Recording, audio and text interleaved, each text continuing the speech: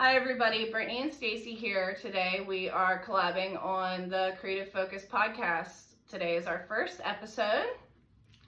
So we're really excited to share some of our insight with you, especially our clients, vendor friends, other vendors in the area, anybody that is a creative as well.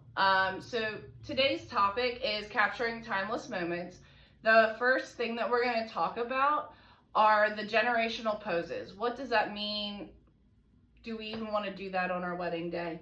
But Stacy and I are going to cover what that is about and how you might want to incorporate that in your day.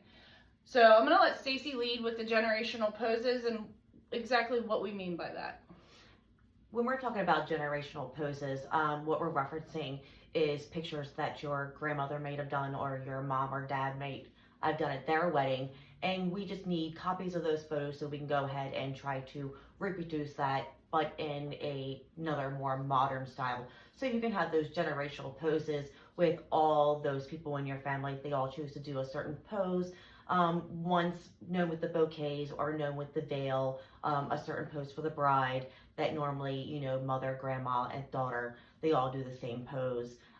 So we just need to know if that's something that you want to incorporate into your day or maybe something else. Yeah, and these moments are really cool to watch because a lot of the times when you're getting this set up, grandma and whoever else did the pose, 9 times out of 10 is there. If they're not, it's in their memory. So it's really cool in general just to do it. It creates that really timeless look that we're talking about, and then your mom can hang your picture up in the lineup of people that have done this pose. So just let us know if you want generational poses. If you want them, we just need a picture for reference and we will make sure that it happens. The next topic to talk about is timeless items, details, and flat lays. So what is consistent in your details? So details can be literally anything that's important to you. A watch from your grandfather. It doesn't even have to be a watch from your grandfather. It could just be a special watch that your future wife or husband bought you. So stuff like that. Necklaces, like for instance, my grandmother's necklace. You're going to have those things that you want captured. Cufflinks, bow ties, veils, flowers, shoes. The list can go on and on and on, and we just want to make sure that you have all those details already collected and already ready for us to take beautiful photos. It's such a memorable experience being able to place everything, all your little details, and taking photos of those because they are so meaningful, and especially, to your mom that it might have given you something, or your dad that it might have given you something special, to incorporate those. And also flowers, and Brittany's going to tell you about flowers. Yeah, so I used to be a florist, so flowers are very important to me. I love flowers. They're really nice to put in the flat lays. It gives it almost like an elegance to it, even if it's just greenery. Anything that just is a little different to, give it a little texture, add a little difference in there, really helps. A lot of times you're dealing with, you're going to have your invitations, you're going to have your jewelry and stuff, but the flowers create, I feel like anyway, it helps break it up a little bit and makes it flow a little better. Yeah, a lot more interest, and also can provide like a border, and really incorporate your colors too. And those flowers, you are going to want to, remember how beautiful they looked, especially with all your details as well. How everything all came together, because the first pictures we take of the details is everything coming together and then being split between, you and whoever is there with you that day celebrating, and then all curated to have the most lasting impression. And the nice thing is then when you go to print out your pictures and stuff like that, when you go to create a book, it's going to look really like seamless. Your flowers match your bouquet, your flowers from the altar, your flowers from the table. It all just flows really nicely. Not saying you have to do the flowers, but if you're a florist and you've worked with us, please give us extra flowers. And if you're a bride and you're booked with Stacy or I, please make sure to ask your florist if they will leave a few extra sprigs or something for us to use in those flat lays. A lot of times florists are more than happy to do that. The next thing is, so just flat lays in general. How, like, just like the background makes a difference. Like I've said before, we use, you know, like veils and stuff, we incorporate them in, or like maybe some type of fabric from something that you wore that day of your wedding. I also sometimes have mats available to go ahead and lay stuff out on, but I don't always have the right color or shade. So if you tell me the color, I can normally get one that'll match yours. Is scheduled and curated moments. What do we mean by that? So a scheduled and curated moment is like your first looks, your sparkler send off, moments that, you know, you want to capture the pure joy in the moment, but you need to have it planned into your day. So I'm gonna let Stacey touch a little more on why we would want to plan that out. Why don't we just want it to let it go, let it happen? So. All right, now with the scheduled curated moments, this is normally best for time of day. With sunset pictures, we only have a 15-minute window, so those definitely have to be curated. Now when we do first looks, everybody's like, oh my goodness, that was so amazing, you know, and everybody was positioned perfectly so everyone can enjoy the moment and so the bride and groom can have that moment as well.